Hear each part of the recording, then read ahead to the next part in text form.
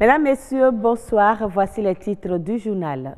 Le code du numérique en débat à Cotonou, les acteurs impliqués dans sa vulgarisation se sont retrouvés pour discuter autour de cette loi.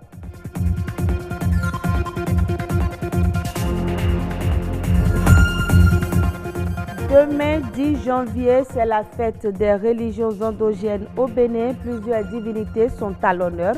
Un zoom sur le vaudou à Tingali dans cette édition.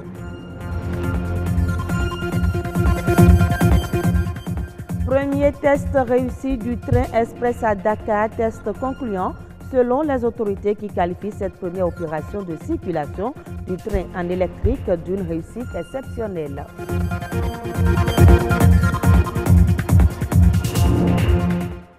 Comprendre et s'approprier le contenu de la loi portant code du numérique en République du Bénin, un exercice auquel sont conviés les acteurs de l'écosystème du numérique.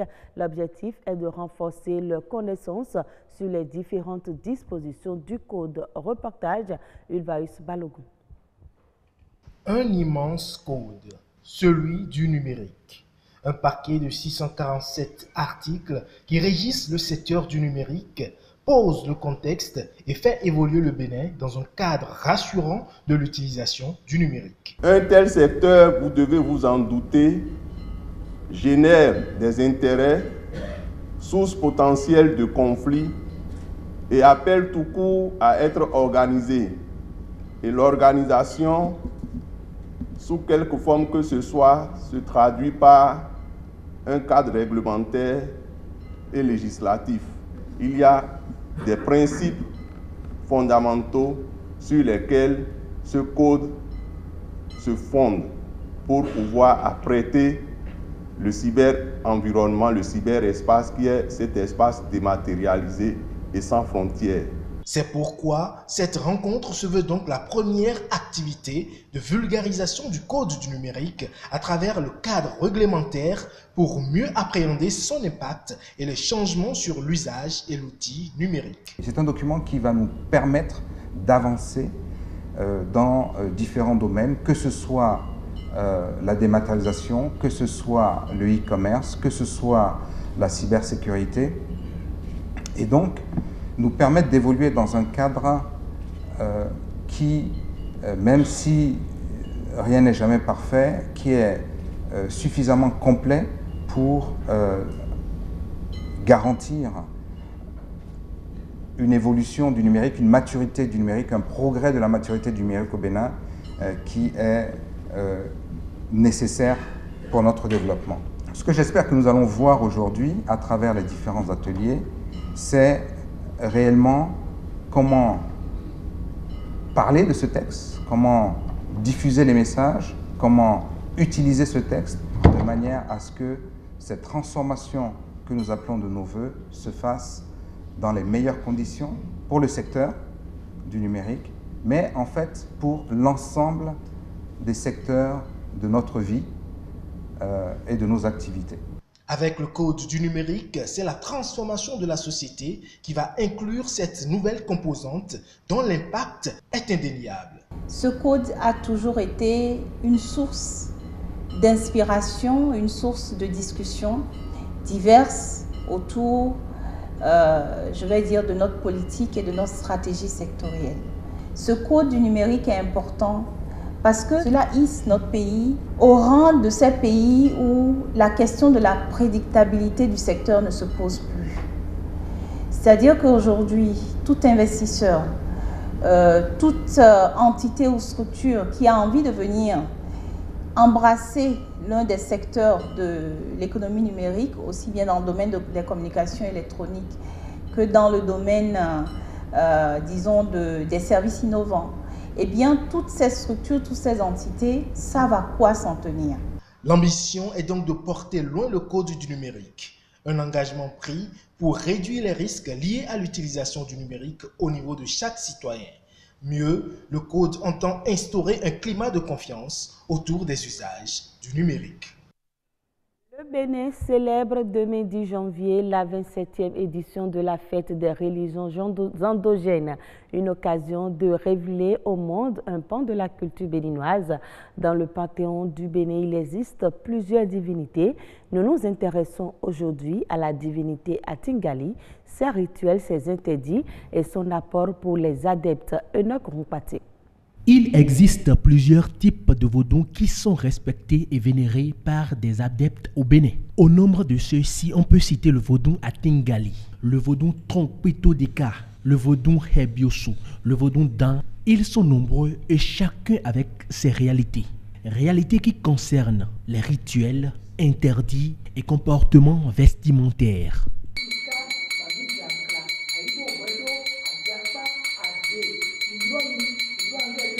Le vaudou Atingali auquel nous nous intéressons ici est bien connu dans l'univers endogène béninois. Il est bien aimé et vénéré par Hunogan, Metonu Agbokanli et autres adeptes et fidèles qui lui doivent le salut. Ceci du fait de sa puissance et de ses bienfaits. Atingali, c'est un esprit qui fait le bonheur, qui fait, si quelqu'un tombe malade, de sorcellerie, le maladie de sorcellerie, si quelqu'un tombe, si la personne vient chez Atingali, Atingali guérit ça. Quelqu'un veut faire enfant et il y a le difficulté dedans, si la personne vient voir Atingali, il a fait accouchement sans gêne. Atingali est un vaudou, comme on le dit dans notre langue, Rouaïssin. C'est un vaudou qui est venu du Ghana.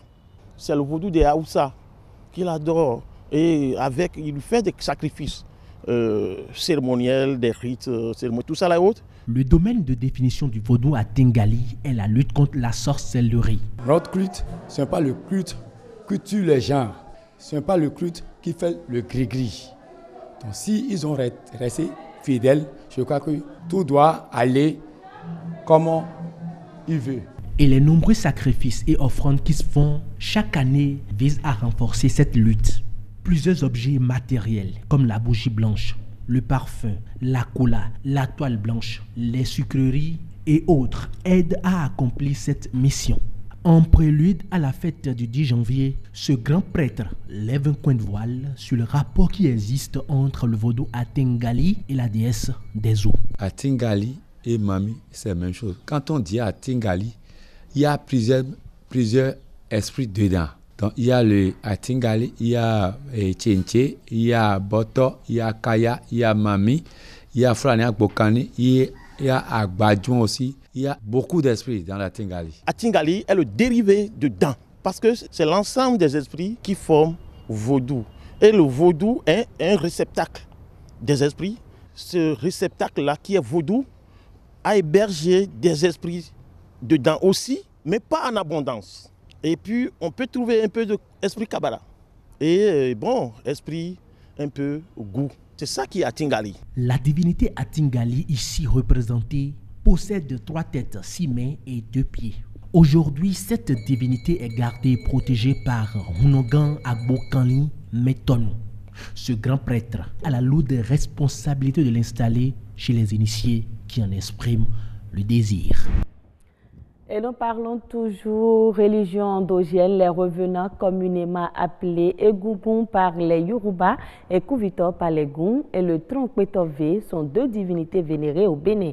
La première divinité représente le symbole de l'esprit de mort revenu pour se manifester aux vivants et la seconde, un esprit bienfaiteur protecteur issu du vaudou tronc. Si chez les Egungun l'accoutrement a un sens, ce n'est pas le cas chez les adeptes du tronc-V. Pour être édifiés sur la question, suivons ce reportage que nous propose Sylvania Tchanou. Le vestimentaire, un élément capital dans le vaudou. Il diffère d'une divinité à une autre. Chez les Egungun, ce sont les babouches ornées de perles, le masque et d'autres éléments capitaux que l'on ne retrouve nulle part ailleurs. Je m'en vais vers Obasalako qui est là. Obasalako, Obasa veut dire le roi. Et je crois que la maison dans laquelle nous nous trouvions aujourd'hui, c'est la première personne, notre aïeul, qui fut le roi de cette collectivité. C'est pourquoi vous voyez ce tam-tam sur sa tête. Tout ce que nous faisons pour un revenant, c'est des trucs qu'on demande toujours par le FA. C'est vrai, les pères ne sont pas comme les autres.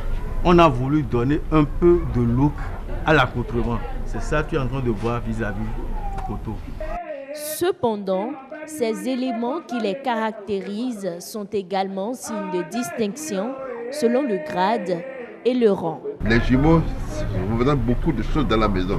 Sans les jumeaux, nous ne pouvons rien faire. Des fois, les jumeaux sont sortis d'abord pour présenter la maison, pour faire de le talakou, comme on le dit, de la maison, avant que les autres ne sortent. Et c'est le chef de famille qui sont en dernière position. Tout ce qu'il y a sur un revenant, c'est à apprendre. C'est sacré. C'est sacré. Quand tu prends ce que tu vois comme tige dans la main de Obassalako, chaque endroit a son nom. Quand tu prends le revenant debout comme ça, chaque partie de ce revenant a son nom. Contrairement au Egungun, pour les adeptes de la divinité Tronkwito V, le vestimentaire n'a pas une connotation particulière. Nous n'avons pas un code vestimentaire que nous respectons. C'est seulement ceux qui sont les Vodunsi, que nous appelons communément dans notre congrégation les Tronsi, qui, eux, quand l'esprit vient et qu'ils entrent en transe, l'esprit exige des tenues données et ils ne s'habillent pas comme les personnes ordinaires. L'esprit peut s'habiller en couleur blanche, en couleur rouge ou bien le mélange de toutes les couleurs. Ici, seuls les dignitaires ont un style vestimentaire bien défini. Il y a le chapeau qui les différencie. C'est seulement le Osofo qui a le droit de porter des chapeaux. Et sur le chapeau, il y a un talisman que les gens entourent autour du chapeau. Et c'est ça qui prouve que le Osofo, celui-ci, il a été consacré, installé sur un siège donné. Maintenant, à part celui-là, je crois qu'il y a des Bosofo. C'est celui qui suit directement le Osofo. C'est lui aussi, il peut porter le chapeau si on lui donne l'autorisation. Voilà, tout est une histoire d'hierarchisation. L'apparat vestimentaire en milieu vaudou fait partie intégrante du patrimoine culturel et cultuel du Bénin. Hors du Bénin au Sénégal, les habitants de la banlieue dakaroise ont assisté au premier test du train express régional, un moment qui a été immortalisé par plusieurs d'entre eux. Selon les autorités sénégalaises, ces tests ont été concluants. Reportage. Un test concluant sur un linéaire de 36 km. Le circuit s'est fait en 2 modes de fonctionnement. C'est à partir de la forêt classée de Mbao que le train express régional est passé du mode diesel à celui électrique avec 25 kW injectés sur la ligne, une première au Sénégal qui a nécessité plus de 19 heures de manœuvre non-stop. Il s'agissait donc au niveau de la station de Mbao, donc au niveau de la Sénélec, de faire des tests d'isolation de toute la trace du TR, faire aussi des tests de choc et aussi sécuriser donc la continuité ohmique pour que l'énergie injectée dans le tracé reste simplement sur les caténaires et soit entièrement isolée donc des rails. Ça a été concluant à partir de 5 h du matin. Nous avons donc roulé quasiment sur une distance de 19 km en mode électrique pour un premier trajet. Le train express régional à la gare de Diamniadio, il vient ainsi d'effectuer son premier roulage sur tout le tracé, un linéaire de 36 km avec succès. Cet essai a été réalisé avec les 2 trains accouplés sur une vitesse graduelle en fonction de chaque zone. En fonction du niveau de tracé et du niveau de test, on a donc défini une échelle graduelle de vitesse. Donc aujourd'hui, il est possible, une fois qu'on aura bouclé cette batterie de tests, il sera possible de rallier Dakar à Pékin en 7 minutes, de rallier Dakar à Diamniadio en 25-28 minutes. C'est ça l'enjeu du projet. À ce jour, 36 km de linéaire avec 3 voies, dont l'une réservée aux fret, ont été réalisées. 3 gares terminées, des travaux qui seront réceptionnés le 14 janvier par le chef de l'État. Des grands projets comme ce genre un projet ferroviaire de ce genre a des jalons et des livrables. Le 14 janvier est un jalon important pour la réception des chantiers, des travaux du TER, avec 3 trains qui fonctionnent, avec une plateforme qui a assuré sa continuité ferroviaire, avec aussi un dispositif électrique raccordé avec 25 000 kV avec l'ensemble des tests. Une fois que c'est terminé, on procède à des tâches d'intégration. Ces tâches d'intégration finies, on pourra maintenant parler de l'accès de l'usager à ce mode de transport. Un circuit aujourd'hui totalement sécurisé pour faciliter la mobilité des piétons. 3 ponts et 6 passerelles ont été réalisés. À terme, l'objectif est d'avoir des points de passage sur tout le linéaire distant de 325 mètres. Et ce sera tout pour ce journal. Mesdames, Messieurs, merci à vous de l'avoir suivi.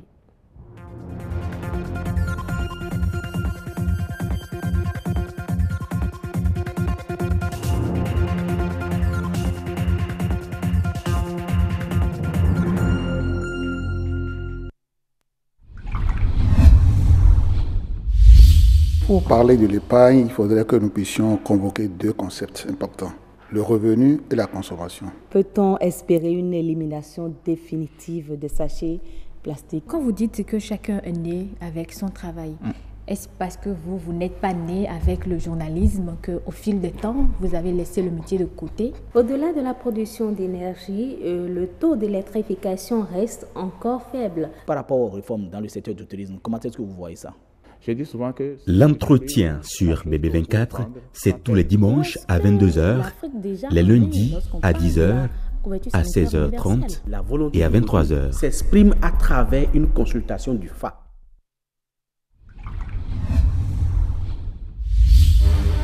Mesdames, Messieurs, bonsoir. Merci de prendre le rendez-vous de ce forum du jour. Pour démarrer cette édition, j'ai une question très simple pour mes invités. Qu'est-ce que le tabac? Mais des femmes, qu'est-ce qui les a intéressées dans le numérique? Dites-nous comment va le port aujourd'hui. Que ce soit la cigarette, le cigare, le tabac chiqué ou à priser, c'est une toxicomanie. Avec une... Suivez votre magazine Le Forum du Jour sur BB24 du lundi au vendredi à 14h, à 21h30 et à 4h. Il faut que nous adoptions un comportement citoyen. Voilà, mesdames et messieurs, voilà, Amandine nous abandonne, on la retrouve demain si tout va bien. D'une actualité à une autre, nous passons à présent à la revue de l'actualité web.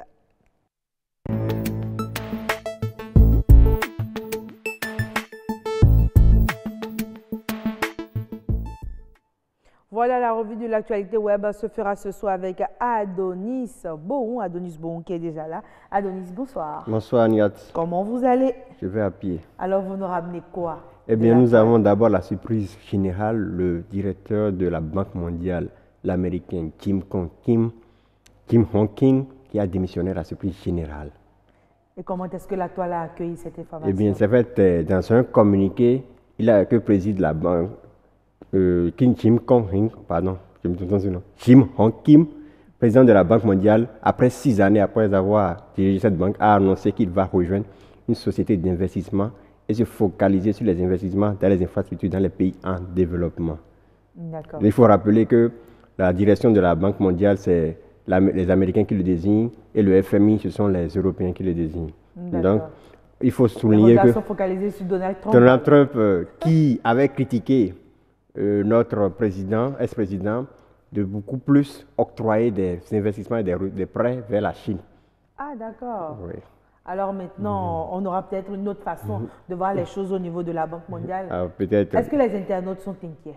Bon, pour le moment, on n'a pas encore eu beaucoup plus de réactions par rapport à ça. Mais le problème, c'est que on se demande comment ça va se passer vu que il y a eu le rapprochement entre Kim Jong-un et Donald Trump. On se demande. On verra bien. Oui.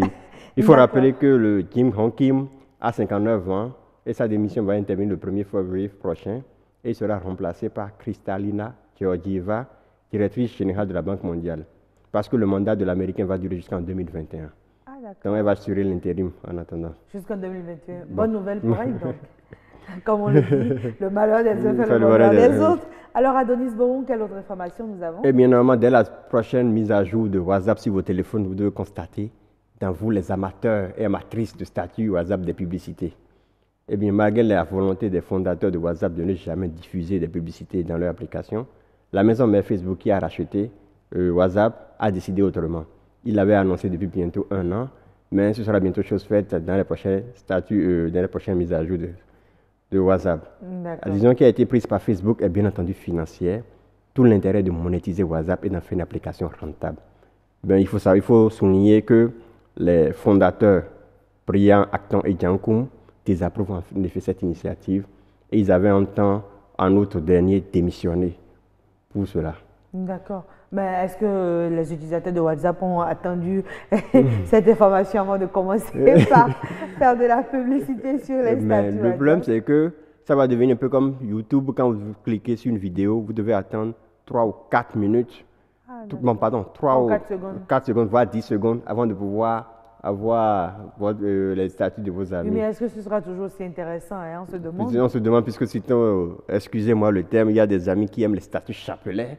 J'imagine déjà en plus des statuts chapelets, encore ajouter de la publicité au statut chapelet, ce que ça va donner. Adonis Boron, vous êtes inquiet? Nos mots. C'est question nos mots. Alors là, je suis d'accord avec vous, hein, parce que ce ne sera pas donné non plus. Ce ne sera pas donné. D'accord. Alors, Adonis Boron, qu'est-ce qu'on retient d'autre? Bon, c'est tout pour aujourd'hui. Ce sera tout pour aujourd'hui. Oui. Vous nous revenez quand? On revient vendredi par rapport aux réponses à la question de la semaine, qui est déjà de savoir comment est-ce que pourquoi est-ce qu'on dit que le mois de janvier est si difficile à vivre financièrement? D'accord. Est-ce que vous sentez un engouement? On a déjà des commentaires très intéressants. Très intéressants. Oui. Alors, pourquoi le mois de janvier est-il si difficile à vivre? Mesdames et messieurs, si vous avez la réponse à cette question, eh bien, écrivez-nous et nous allons peut-être lire votre réponse ici en direct. Pourquoi le mois de janvier est souvent si difficile? Nature et bien-être ce soir s'intéresse aux maladies hémorroïdaires, mais avant, je vous invite à suivre ce reportage de Sylvania Janou. L'hémorroïde est un plexus veineux qui se trouve au niveau du canal anal et du rectum présent chez tout individu. Elle devient pathologique lorsqu'elle commence par entraîner des troubles chez l'individu. Nous avons premièrement une hyperpression artérielle au niveau des plexus hémorroïdaires. Le deuxième facteur est un facteur mécanique qui est lié à un ligament au niveau du pelvis, ce qu'on appelle le ligament de Parks, qui a pour rôle de soutenir ce plexus veineux. Il existe 2 grands groupes d'hémorroïdes qui dérivent de la distribution du plexus hémorroïdaire, d'où les hémorroïdes internes et celles externes. Les différentes recherches scientifiques effectuées permettent de dégager certains facteurs qui favorisent le mal. Au nombre de ces facteurs, nous avons l'hérédité. Il a été prouvé que lorsque vous avez des membres de votre famille sur certaines générations qui ont développé des hémorroïdes, vous avez un risque plus accru de développer ces hémorroïdes par rapport à la population générale. À part l'hérédité, nous avons des facteurs alimentaires qui peuvent favoriser l'apparition des hémorroïdes. Au nombre de ces facteurs, nous avons l'alimentation trop riche en épices, l'alimentation trop riche en viande et l'alimentation trop riche en éléments constipants. En cas d'hémorroïde interne, l'identification se fait lors d'un examen appelé anoscopie, contrairement à l'identification de l'hémorroïde externe. S'agissant des hémorroïdes externes, le diagnostic est très simple. Il se fait pendant l'examen clinique que réalise le médecin. Le malade est mis dans une certaine position et le médecin écarte simplement les fesses. Et ça lui permet de regarder au niveau de l'anus et de faire le diagnostic. Caractérisée par une douleur au niveau de l'anus, des saignements ou les boules de chair, l'hémorroïde requiert une multitude de traitements qui dépendent du stade évolutif de la pathologie. La première chose à faire, c'est de réduire la consommation de la viande, des boissons alcoolisées, des épices, des moyens médicamenteux. Nous avons les médicaments qui sont des vénotoniques, qui augmentent la tonicité des veines. À part les moyens médicamenteux, nous avons les moyens instrumentaux, nous avons les moyens chirurgicaux. Au niveau de l'anus, plusieurs autres pathologies sont présentes et semblables à l'hémorroïde. Cependant, elles sont pour la plupart plus graves et mortelles. Exemple du cancer de l'anus, dont les symptômes sont similaires à ceux de l'hémorroïde. Alors, Rose Danondé est déjà avec nous, avec son invité, Rodolphe Villon. Il est protologue. Rose Danondé. Bonsoir. Bonsoir. Comment allez-vous? Ce soir, c'est le rose qui gagne. Apparemment. Vous êtes tout en rose. Mais bon, tacheté de rose. Tacheté de rose plutôt. Alors, vous êtes de bonne humeur, hein? Ah ben, à coup sûr. J'espère que le sujet ne va pas gâcher votre humeur. Pas du tout. On y est, on est dedans. C'est notre quotidien. On en parlera. Eh oui. Alors, je vous laisse présenter notre invité ce soir. Merci beaucoup. Alors, donc, comme hier, nous étions avec Dr Villon. Voilà, Rodolphe, vous êtes gastro-entérologue, protologue. Aujourd'hui, on reste avec vous pour parler plus des facteurs favorisants et autres des maladies ou de la maladie hémorroïdaire, mais beaucoup plus du traitement. Lorsqu'on parle du traitement, avant d'aller chercher à opérer, nous avons eu le reportage avec le chirurgien Lawani. Quels sont les traitements que vous proposez à vos patients qui souffrent de la maladie d'hémorroïdes? D'accord. Les traitements donc, de la maladie hémorroïdaire sont de 3 ordres, comme donc, il a su donc, le dire rapidement, donc, Dr Lawani, un confrère. Oui. Il y a donc la prise en charge, premièrement, c'est la prise en charge médicale. Médicale, ça passe donc par donc, des conseils donc, d'hygiène et de diététique et alimentaire. Et ensuite, on aura donc l'usage des médicaments si ça a besoin, ou bien peut-être une association dans les deux.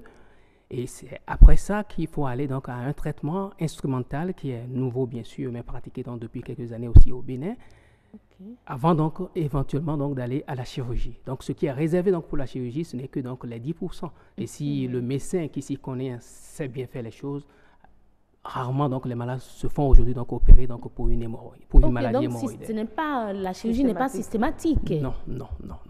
Et même donc dans la crise donc hémorroïdaire où le malade donc a un prolapsus hémorroïdaire très douloureux, tout ça là donc compris, l'essentiel, le rôle donc là donc du médecin, même si, parce que même quand on dit il faut aller à la chirurgie, il faut les moyens. Et en ces périodes-ci, donc là, le moyen, donc tout le monde... période de soudure. De soudure, donc là les gens donc n'a pas les moyens, donc il faut toujours donc leur trouver quand même une alternative pour qu'ils soient aussi soulagés.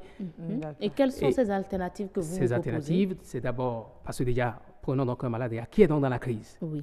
Donc ce n'est plus maintenant donc, le régime sur lequel on va insister. Il souffre déjà. Il faut soulager son mal. Il faut soulager son mal. Donc là, il faut utiliser donc des antidouleurs, tels que donc des antalgiques, qui peuvent passer donc des antalgiques de premier palier, genre paracétamol ou Novagen, voire même antalgiques donc de deuxième palier, genre donc Traba, où il y a toujours donc des molécules. D'accord. Et ça, le patient peut déjà prendre ça chez lui? Oui, chez lui, avant on peut. De venir voir le médecin. Chez lui, sur ordonnance médicale. Sur ordonnance médicale, parce que là, on ne prend rien comme ça, sinon c'est de l'automédication. Oui, effectivement, qui est déconseillé d'ailleurs. Déconseillé d'ailleurs. Donc là, mais tout compte fait, ça, il le sait. S'il ne le sait pas, le médecin, dès qu'il consulte donc, avec donc, sa crise, on le lui prescrira et puis il va le prendre et il sera soulagé. On peut passer donc des antalgiques aux anti-inflammatoires, mais les anti-inflammatoires donc, sont de 2 ordres. Il y en a qui sont utilisés donc, chez les femmes enceintes, il y en a donc, qui sont utilisés donc, chez les gens qui ne sont pas enceintes. Parce que là, on tient compte donc, de l'effet que ça va apporter. C'est ça.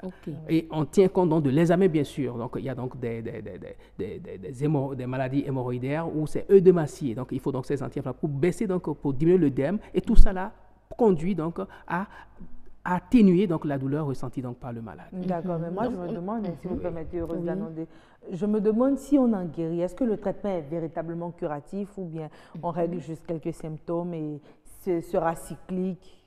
Là, très bien, c'est une bonne question. Au fait, donc, guéri donc, en général, hein, guéri donc, de la maladie hémorroïdaire, on ne peut pas guérir donc, de la maladie hémorroïdaire. Si c'est héréditaire, c'est dans votre famille, et que tous les facteurs favorisants donc, qui sont autour de nous et avec lesquels donc, on vit, on ne peut pas dire qu'on va guérir. Donc, dès que vous tombez encore dans ces facteurs, là, les veines sont là donc, pour être dilatées. Même si on vous opère au bout donc, de 2 ans, 5 ans, et que vous n'avez pas donc une alimentation donc appropriée pour régulariser surtout donc le transit qui va avec, pour ne pas être constipé, pour ne pas faire donc des diarrhées donc au long cours, qui sont donc des mécaniques, qui sont donc qui exercent une pression donc sur ces veines et les conduisent donc à une dilatation, voire à une sortie. Là, c'est que, vous comprenez, donc si vous prenez toutes ces dispositions, là, vous pouvez dire que vous êtes guéri donc de l'hémorroïde. Mais on n'en guérit pas parce qu'on vit donc avec donc, ces facteurs. D'accord. Je ne sais pas si avec le médecin vous pourriez parler. Il y a aussi ces tradithérapeutes qui vous vendent le miracle et qui vous disent que... Non, mais si vous le dites ainsi, c'est que vous rejetez du revers de la main ce que peut-être proposent les bons tradithérapeutes aussi. C'est déjà bien qu'on ait le docteur Villon, puisqu'il travaille aussi avec eux. Il pourra peut-être nous dire sur ce plateau. Effectivement. Moi, quand même, bon, je me dis, on en a d'ailleurs eu sur ce plateau un tradithérapeute qui a donné son point de vue, qui a proposé déjà des choses, bon, je dirais, basiques à la maison, qu'on peut déjà faire des bains, déjà, bains de siège. Voilà, qu'on peut déjà faire et tout. Mais pour vous, médecin, c'est sûr que vous travaillez avec eux, elle l'a dit. Médecin, mais pour vous, protologue, il faut préciser, on n'a pas beaucoup de protologues. Oui, ben pour vous, médecin protologue, alors... Quel conseil? Est-ce qu'il y a de ces cas-là que vous envoyez vers des tradithérapeutes? Vous travaillez parfois avec des tradithérapeutes? Non. Au fait, oui, si c'est travailler avec les tradithérapeutes, donc je collabore bien donc, avec donc, des tradithérapeutes. Et puis là, l'OMS a d'ailleurs conseillé. Naturellement, parce que il y a, même quand si je reçois donc, des crises d'hémorroïdes, je ne l'envoie pas directement donc, chez le tradithérapeute, parce que je travaille donc, avec des tradithérapeutes donc, sur d'autres pathologies. Et puis là, j'ai même une ordonnance que je peux donner donc, à une personne qui est donc dans une phase donc, de crise donc, hémorroïdaire. Et puis là, il fait donc les bains, mais c'est toujours donc, des bains froids. Ce n'est pas des bains glacés, bien sûr, mais l'eau doit être donc une eau, après peut-être une tisane, mais une infusion, c'est une eau plate. Et il en fait donc un bain, il s'assoit dedans donc, pendant 5 minutes. Ça réduit, donc ça diminue la douleur et puis ça absorbe donc l'œdème et ça améliore donc son effet, disons, ça améliore donc sa qualité de vue. Donc il supporte mieux donc cette crise que jamais. Et après, bien sûr, c'est que cette ordonnance, même donc de plantes, donc l'art, c'est pas unique. On l'associe toujours avec quand même une ordonnance donc, de produits pharmaceutiques pour améliorer rapidement donc, son état. Ça, c'est pas refusé. On a parlé donc des traitements. Donc après, en dehors du traitement médical, il y a le traitement instrumental aujourd'hui, donc qui, par exemple, ce qu'on pratique régulièrement et puis fréquemment donc au Bénin, c'est la ligature donc élastique donc des Et ça se passe rapidement. Comment ça se passe? Ça se passe au bout donc en 5-10 minutes, c'est la ligature est déjà faite pour donc des hémorroïdes donc pour donc des hémorroïdes prolabées ou bien donc en cas de maladie hémorroïdaire où on a le prolapsus ou bien en cas où, c'est surtout donc dans le prolapsus, donc ce n'est pas toutes les hémorroïdes donc, qui sont indiquées où il y a indication la de plus ligature. observée ici, vous en parlez hier, c'est encore celle où ça sort justement.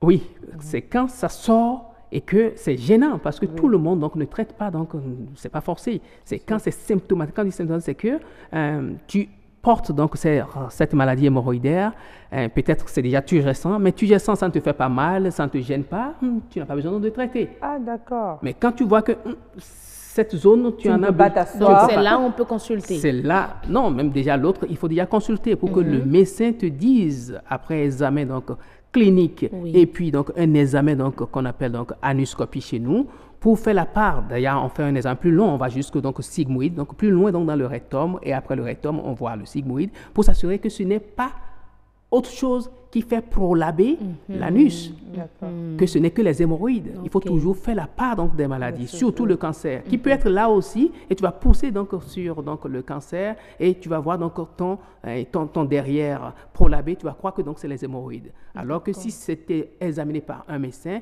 il aurait fait la part donc, des choses et dit, tu n'as que donc, la maladie hémorroïdaire, et donc le traitement est simple, parce que la maladie hémorroïdaire ne se cancérise jamais. Voilà. Et le traitement est bien codifié et connu. Mais le patient qui souffre, qui fait, je ne dirais pas la crise, mais qui vient vous voir, combien de temps après, il aura satisfaction? il sera soulagé. D'accord. Il fait la crise ou bien il ne fait pas la crise? Il fait la crise. C'est ce qui souvent conduit les patients vers les médecins. Très bien. Il y en a aussi d'autres qui viennent juste parce qu'ils ont senti donc, une boule donc, au niveau de la marge anale. Ils ne sont pas nombreux, bien sûr. Mais ceux qui ont la hantise donc, du cancer se disent « Ah, je ne sais pas ce qui se passe. » Surtout si dans la famille, bien à côté, là, il y a appris que quelqu'un a eu un cancer comme ça donc, de la marge anale. Il se dit « Ah, je vais vite faire examiner mon truc là pour m'assurer que ce n'est pas donc, un cancer. » Maintenant, ceux qui sont donc, dans une crise et qui viennent, non, les soulager, c'est rapide, tout dépendant de ton expertise. Ça dépend du degré également, du niveau de... Non. Quel que soit donc le degré, quelle que soit donc la procidence donc de la maladie hémorroïdaire, tout dépendant de ton expertise. Tu y vas donc avec bien sûr donc les calmants, les antalgiques ou bien les anti-inflammatoires donc pour réduire donc l'œdème. Et tu peux faire donc un bain naturel ou bien un bain pharmaceutique. Il y a donc des préparations donc magistrales qu'on peut aussi faire donc à ces malades et ils font le bain et le soulagement c'est dans les 48 heures. D'accord. Maintenant si on n'y fait rien et qu'on attend uniquement la chirurgie, bien sûr, les antalgiques vont calmer, le malade peut souffrir donc longtemps. Et il y a aussi une manière donc de réduire donc, là, faire tout entrer, ça. comme on le dit. Parce que quand tu prescris, quand la personne est en crise, même lui demandant d'aller faire les selles, elle va refuser. Même lui dit donc de mettre donc quelque chose comme donc un traitement local, parce qu'on n'a pas parlé donc des traitements médicamenteux. Donc il y a donc des vénotoniques, donc des médicaments donc, qui tonifient donc les veines. Ah oui, mais si ça fait mal, on peut pas y mettre quelque chose. Non, on peut avaler par le haut, mais mettre par le bas, on ne peut pas mettre. Maintenant, si le médecin donc a la main, il peut donc remettre les choses donc à leur place et le mettre. D'accord. Et le mettre lui-même. Et le mettre lui-même. Et puis, dès qu'il l'a mis, le malade aura maintenant le courage de mettre. De pouvoir le faire, oui. Donc, c'est un peu ça. D'accord. Et systématiquement, tout ce qui est ressorti retourne à sa place. Si ça ne retourne pas à sa place, mais au moins, on a soulagé donc toute la douleur. D'accord. Et une fois on a soulagé donc le patient... Jusqu'à la prochaine crise. Non, pas la prochaine crise. Une fois on a soulagé la douleur dans les 48 ou bien 112 heures, là, on va décider en fonction de l'état d'un traitement soit instrumental, parce que nous sommes en crise, nous disons que c'est sorti. Nous sommes donc dans la maladie hémorroïdaire où tout est prolabé. On n'est pas donc dans les caillots. Donc les caillots, les thromboses, ça c'est donc les maladies hémorroïdaires externes où l'injection, il faut toujours aller inciser. Si c'est une crise en rapport avec donc, un caillot de sang à l'extérieur ou bien à l'intérieur, il faut forcément inciser, éliminer le caillot pour que la douleur cesse. Sinon la douleur ne cessera pas. Maintenant, je ne vous arrête pas, hein, mais on a parlé du traitement et tout. 30 secondes. D'accord, très rapidement alors, docteur, quelques moyens pour prévenir. On connaît les facteurs de risque et tout. On va essayer d'éviter les facteurs de risque. Alors, des conseils déjà pour l'organisme. Oui, pour prévenir, c'est pas difficile. Il faut déjà tout faire donc, pour avoir un transit normal. Un transit normal, c'est tout faire pour ne pas tomber dans la constipation, surtout que vous êtes prédisposé ou bien que vous en avez fait donc, la crise une fois dans votre vie, et ne pas tomber dans la diarrhée. Dès que vous commencez ça, il faut vite voir donc, le médecin pour qu'il corrige et que le transit donc, soit normalisé. D'accord. Rose Danondé, vous avez les méthodes de prévention. Évitez la diarrhée, évitez d'être constipé. On aurait aimé chercher à savoir comment avoir non, mais pour ça, transit. vous nous recevez un nutritionniste peut-être, ou un diététicien avec qui le podologue a l'habitude de travailler. Rose Danondé, c'est terminé. Le temps que vous êtes imparti est totalement fini. Et nous faisons ensemble maintenant le rappel de la météo, mesdames et messieurs.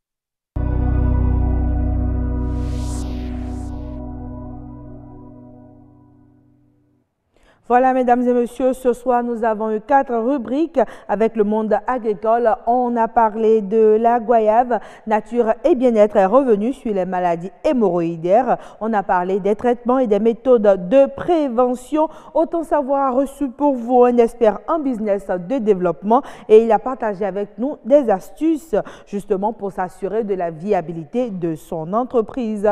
Avec l'expert, nous avons également parlé gestion d'entreprise. On a parlé de comment conduire un changement au sein de votre structure. C'était donc ce qui a constitué le menu de ce grand rendez-vous. Notre instant citation à présent, notre citation est extrait du moins plutôt, du livre Sous l'orage de Seydou Badia. Et cette citation, elle dit ceci: le séjour d'un tronc d'arbre dans l'eau ne le transforme pas en crocodile. Le séjour d'un tronc d'arbre dans l'eau ne le transforme pas en crocodile. Merci de nous avoir reçus chez vous. Assum Gaba sera avec vous demain. D'ici là, prenez soin de vous.